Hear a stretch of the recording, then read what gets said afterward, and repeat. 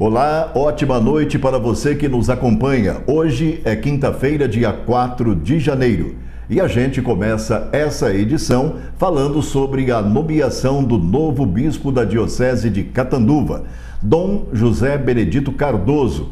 A nomeação foi feita pelo Papa Francisco na manhã de hoje. O cargo estava vago desde o dia 1º de novembro, quando o pontífice aceitou a renúncia de Dom Valdir Mamed. José Benedito Cardoso tem 62 anos e é natural de Angatuba, região de Itapetininga. Vamos ver um vídeo que o novo bispo gravou para os catanduvenses. Querido irmão, querida irmã da Diocese de Catanduva, meu abraço fraterno e afetuoso para todos vocês.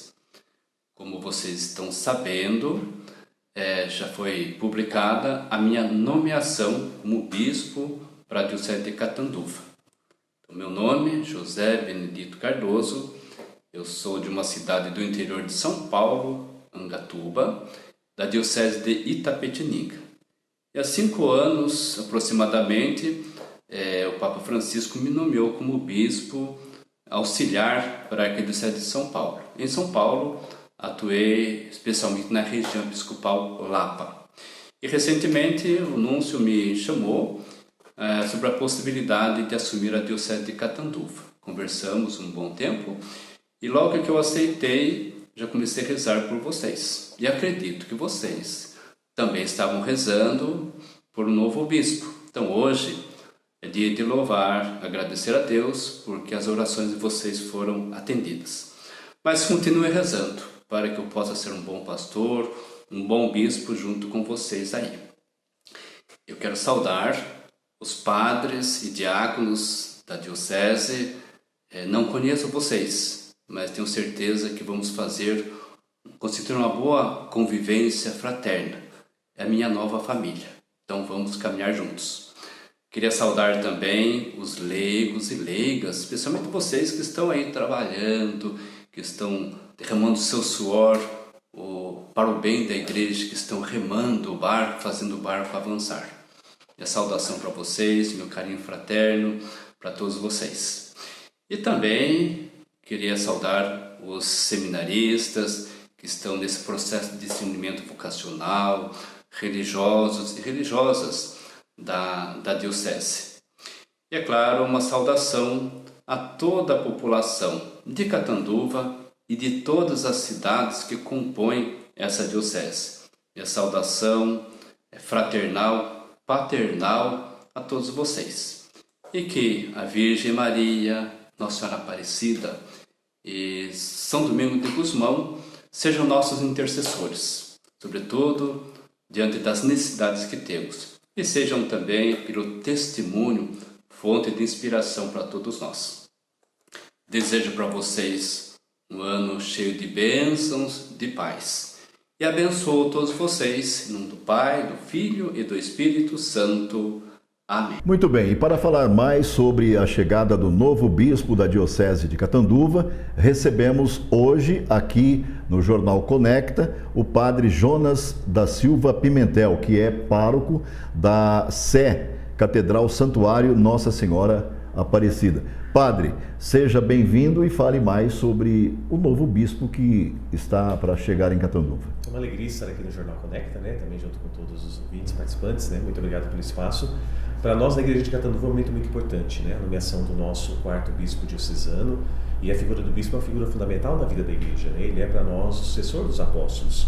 Nós padres, é lógico que muitas vezes estamos em mais contato com as pessoas, às vezes as pessoas têm mais contato com nós padres, muitas vezes do que com o bispo, mas quem nos dá a sucessão apostólica, a presença apostólica na igreja e também o ministério que o próprio bispo deu aos apóstolos e repassado a missão evangelizadora é a presença da unidade do bispo, Então para nós é muito importante, a gente estava muito bem servido com o Dom Luís nesse período de administração apostólica, mas Dom Luís tem uma diocese muito grande, que é São Carlos, que é mais do que o dobro da nossa, se fazendo presente de todas as formas possíveis, mas agora com a presença do novo bispo, sem dúvida, nós teremos uma presença mais constante no seu pastoreio, na sua missão, enfim, naquilo que é próprio da missão episcopal na nossa igreja. Padre Jonas, eu sei que é um pouco cedo, mas o senhor acha que pode haver alguma mudança, até de forma radical, com a chegada do novo bispo? Não, geralmente assim, o bispo no primeiro, segundo ano, geralmente ele vai fazer um processo de conhecimento da diocese, né?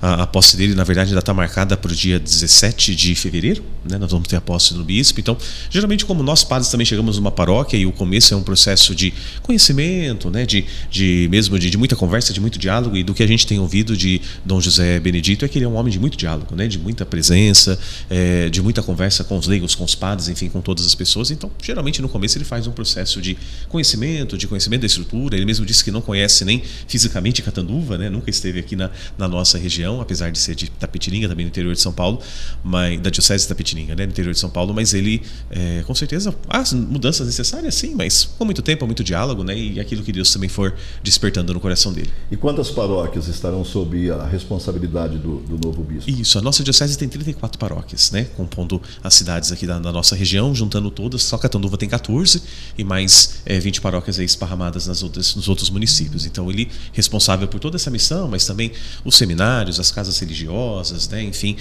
toda a parte, inclusive burocrática da igreja, né? Toda a responsabilidade. É lógico que ele partilha essa administração com todos, mas o grande responsável pela missão da igreja é através do bispo, que depois ele desmembra, né? Junto aos padres e aqueles que auxiliam na administração. Nós falamos aqui no início que o novo bispo tem 62 anos. É uma idade relativamente nova para um bispo, né? A maioria dos bispos tem sido nomeado hoje sempre depois dos 55, 56. Ele tem praticamente acho que 5 anos de bispo, né? Ele foi ordenado em 2019, né?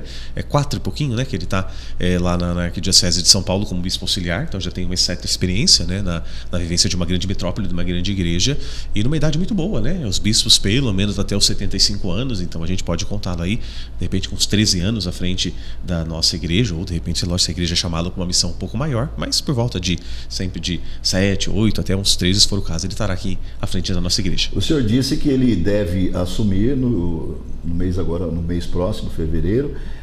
Alguma programação está sendo feita para a sua recepção e também já o comando da igreja dessa nossa região?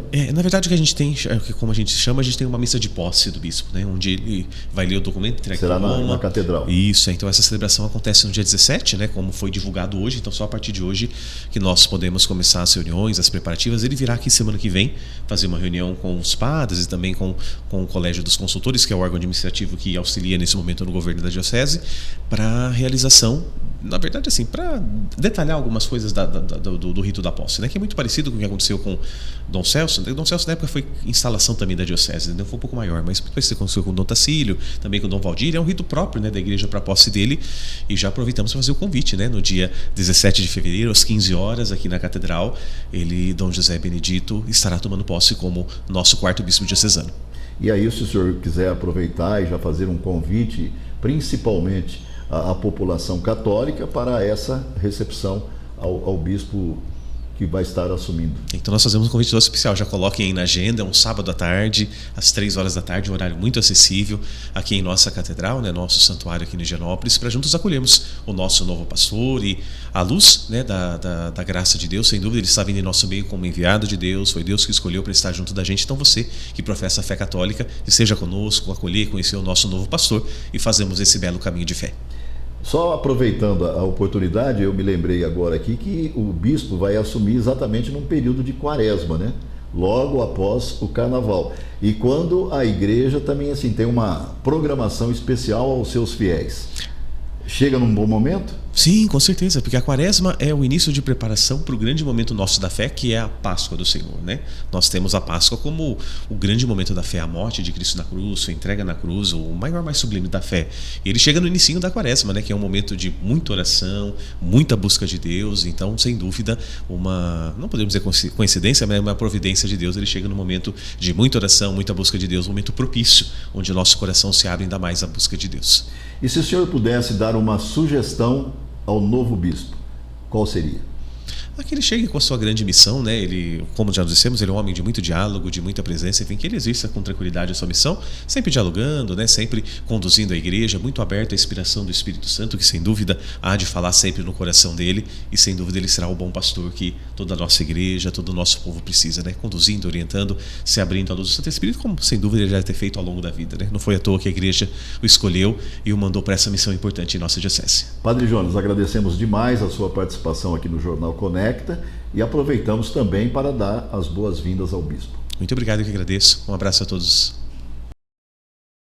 O governo de São Paulo anunciou em 2023 2 programas para dar resposta à defasagem histórica causada pela ausência de atualizações dos valores da tabela nacional do SUS. A tabela do SUS paulista complementará os pagamentos às unidades filantrópicas que prestam serviços pelo SUS, enquanto o IGPM SUS paulista aumentará os repasses aos municípios para a gestão das unidades municipais que atendem ao Sistema Único de Saúde. Ao utilizar recursos provenientes exclusivamente do Tesouro Estadual, o governo de São Paulo fará com a tabela SUS paulista investimentos adicionais de cerca de 2,8 bilhões de reais anualmente em santas casas e entidades filantrópicas, totalizando um aporte de 4,8 bilhões de reais. O novo modelo de remuneração, que vai pagar até 5 vezes mais pela realização de procedimentos no SUS, vai beneficiar santas casas e hospitais filantrópicos em todas as regiões do estado. Em Catanduva, o Hospital Padre Albino, o Hospital Escola Emílio Carlos e o Hospital Mahatma Gandhi serão beneficiados, assim como outros 37 hospitais e santas casas da região. Uma boa notícia para os usuários do Sistema Único de Saúde e para a população em geral. Esperamos que com essa medida os pacientes passam a ser melhor atendidos. A equipe municipal de combate ao Aedes aegypti realizou na tarde de ontem, quinta-feira, uma força-tarefa no Nova Catanduva 1. Ao todo, 382 casas foram visitadas. A ação territorial constituiu ainda na retirada de criadouros do Aedes aegypti e orientação às famílias. A Secretaria pede a colaboração dos moradores no atendimento aos agentes de combate às endemias e no cuidado e limpeza dos imóveis. O recente boletim epidemiológico aponta que 15 casos positivos de dengue foram confirmados em dezembro, sendo que outros 94 exames estão sendo investigados. Algumas cidades da região, como Palmares Paulista e Paraíso, também estão realizando uma operação de combate à dengue. É preciso fazer a nossa parte também e cuidar do nosso quintal, vedar bem as caixas d'água, verificar se garrafas vazias estão de cabeça para baixo, colocar areia em pratinhos de plantas, atender os agentes e sempre ficar de olho para evitar que o mosquitinho se prolifere em nossa casa. Essas são apenas algumas dicas, mas que é nosso dever como cidadão cuidar bem do nosso quintal. Um balanço divulgado pela Polícia Militar na manhã de hoje, quinta-feira, aponta que dos 1.803 detentos que tinham sido beneficiados com a saída temporária de final de ano, 165 reeducandos descumpriram as medidas determinadas pelo Poder Judiciário. 50 foram reconduzidos ao sistema prisional e 7 foram presos em flagrante por furto de veículo, furto de residência, roubo, tráfico de drogas, receptação, desobediência e ameaça. Segundo o coronel Fábio Cândido, comandante da CPI 5 de São José do Rio Preto, da Polícia Militar, operação de fiscalização teve início no dia 22 de dezembro, com a saída temporária, quando os detentos foram liberados para Natal e Ano Novo, e encerrada no fim da tarde de ontem, dia 3. Durante a operação foram realizadas 2.146 fiscalizações e 115 nomes dos reeducandos foram encaminhados à Justiça. Lembrando que tem direito à saída temporária o preso que cumpre pena em regime semiaberto, que até a data da saída tenha cumprido 1/6 da pena total, se for primário, ou 1/4 se for reincidente. Essa saidinha temporária dos presos não traz nenhum benefício à população. Na realidade, essa prática prejudica o combate à criminalidade e alimenta a sensação de impunidade junto à população. Olá, moradores de São José do Rio Preto e de toda a nossa região. Nós tivemos agora a finalização da chamada saidinha de final de ano, a chamada saída temporária. Mais de 1.800 reeducandos foram colocados em liberdade neste período de final do ano para que estivessem convivendo com as suas famílias. No entanto, infelizmente, alguns deles vieram a reincidir na prática de crimes. Nós tivemos vários flagrantes em que essas pessoas foram presas novamente e também a Polícia Militar, por meio do Projeto Vida, fez uma rigorosa fiscalização desses reeducandos, que fez com que os nossos indicadores criminais fossem reduzidos neste período de final de ano. Portanto, os números que serão a seguir mostrados mostram a importância desse trabalho da Polícia Militar, inclusive com a sua ajuda, porque muitos cidadãos ligaram para a Polícia Militar relatando não conformidades praticadas aí pelos reeducandos, o que possibilitou uma fiscalização ainda mais eficiente. Portanto, agradeço a toda a população de São José do Rio Preto, da nossa região. Deixem as suas opiniões sobre a chamada saidinha temporária para que a Polícia Militar possa obter as suas informações e aprimorar os seus processos. Contem sempre com a Polícia Militar. Um forte abraço a todos. E uma última notícia. O governo de São Paulo ampliou os tributos que podem ser pagos via Pix, agilizando a vida do cidadão. O licenciamento antecipado e a transferência de veículos usados, bem como multas de trânsito constantes do sistema de arrecadação online da Secretaria da Fazenda e Planejamento do Estado, poderão ser pagos com esse recurso. A operação será feita por meio da geração de um QR Code obtido do portal da Cefaz SP, fazenda.sp.gov.br. Obrigado pela sua companhia e fique agora com o quadro Sua Saúde, Seu Direito, com o advogado Júnior Dezuani.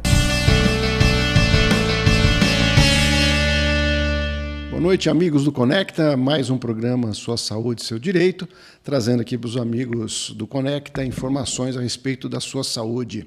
E hoje temos mais duas questões aqui que nos foram colocadas pela produção. Nós vamos passar para os nossos amigos discutir dois assuntos aqui importantes, né? O primeiro aqui, olha, fiz uma cirurgia e o resultado não foi o que eu esperava. Isso configura erro médico? Depende, nem sempre, né? Lembrando primeiro que a atividade médica, né, vamos colocar aqui no caso de uma cirurgia, ser mais específico na questão colocada aqui pela pergunta, ela é uma atividade meio, ou seja, não é de resultado. Então, o profissional médico, numa cirurgia, ele vai estar atento à atividade naquele procedimento meio e não de resultado, porque ele não pode garantir, eu vou dizer o porquê.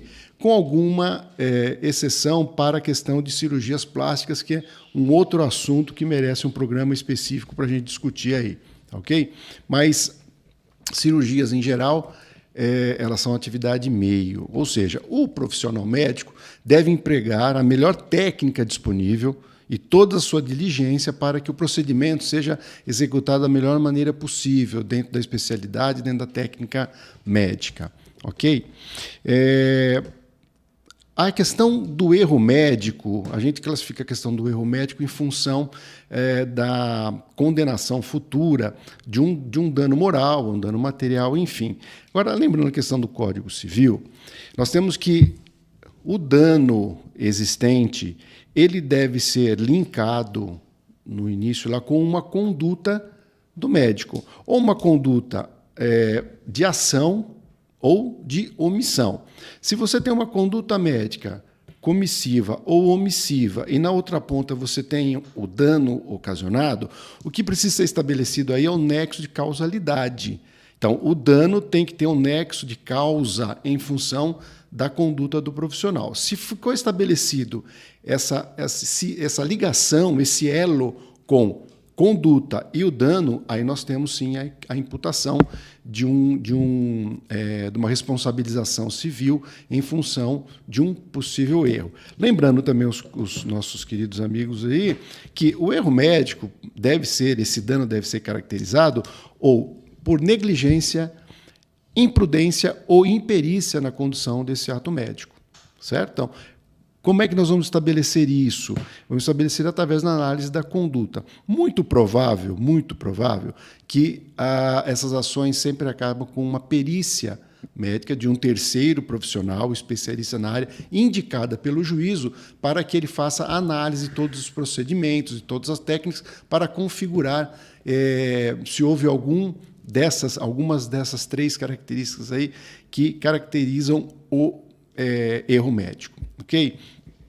Lembrando que nem sempre, né? Eu disse a questão do dano, importante, porque tem um caso emblemático que a gente traz sempre para elucidar essas questões, é o fato de uma mulher que fez uma cirurgia no abdômen, passou, 15 anos ou mais, eu não me lembro agora, eu não consegui localizar a jurisprudência, mas eu sei que foi um tempo razoável.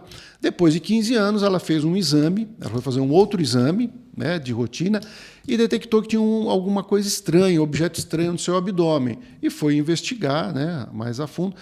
Tratava-se de um pedaço de gaze que foi esquecida de uma cirurgia realizada há muito tempo, né? Ela ingressou com uma ação civil contra o médico por erro médico, pedindo dano moral. E o tribunal não reconheceu o dano moral. Por quê? Embora tenha ficado um objeto estranho, mas não causou nenhum dano a ela. Ela não teve nenhum dano à sua saúde, não houve nenhum dano à questão psicológica. Ela nem sentia, ela descobriu por acaso.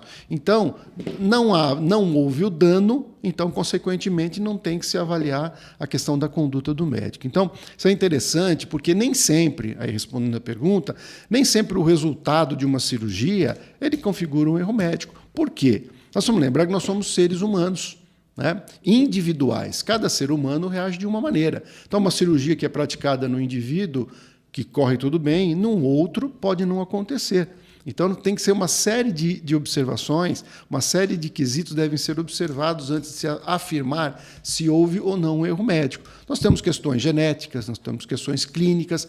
Muito também acontece das questões pós-operatórias, né? O paciente, depois de uma cirurgia, ele não toma todos os cuidados necessários para uma pós-cirurgia, ou pós-operatório. Questão de repouso, fisioterapias, medicação. Então, tudo isso deve ser analisado, né? Então, muito cuidado, mesmo porque você mover uma ação por erro médico, não pode esquecer que existe um profissional do outro lado. Existe um indivíduo, um profissional, que vai ter, no mínimo, questionado o seu procedimento e até uma pequena exposição. Então, seja muito criterioso, procure um profissional, um advogado que vá lhe instruir, que vá te dar todas as condições para que você tenha segurança quando você tiver dúvidas a respeito de um possível erro médico. Ok? Segunda pergunta que nos chegou foi a respeito de planos de saúde. Interessante também. Olha aqui. O plano de saúde pode restringir atendimento por conta de uma ação judicial contra ele? Bom, eu entendo aqui que alguém promove uma ação judicial contra um plano de saúde, por uma cirurgia, procedimento, medicamento, enfim, né? E ele pode sofrer alguma restrição de atendimento, alguma retaliação, enfim. Não, evidentemente que não, né? E existe uma construção para isso. Por quê? Lembrando que nós falamos nos programas anteriores, o artigo 196 da Constituição Federal, ele diz o quê? Saúde, dever do Estado, direito do cidadão. E o Estado, como ele não consegue atender à demanda, ele permite que um terceiro exerça essa atividade da concessão da saúde à população. Então, é um terceiro autorizado pelo Estado para o cumprimento de uma determinação constitucional. E nada mais é do que o plano de saúde. O plano de saúde, para operar o plano de saúde, ele tem que ter uma autorização, ele tem que estar registrado seguindo as normas da ANS, Agência Nacional de Saúde Suplementar, questão de regramento dessa agência e também da legislação.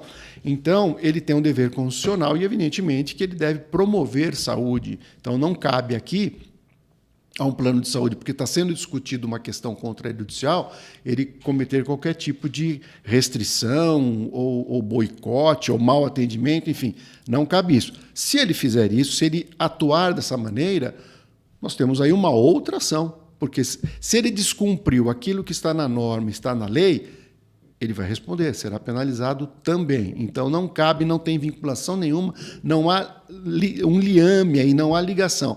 A ação caminha para a busca do seu direito e a relação contratual, a obrigação contratual que o plano tem, deve continuar da mesma maneira. Ele cumprindo com as suas obrigações, com o seu dever, e você também, enquanto beneficiário desse plano. Ok?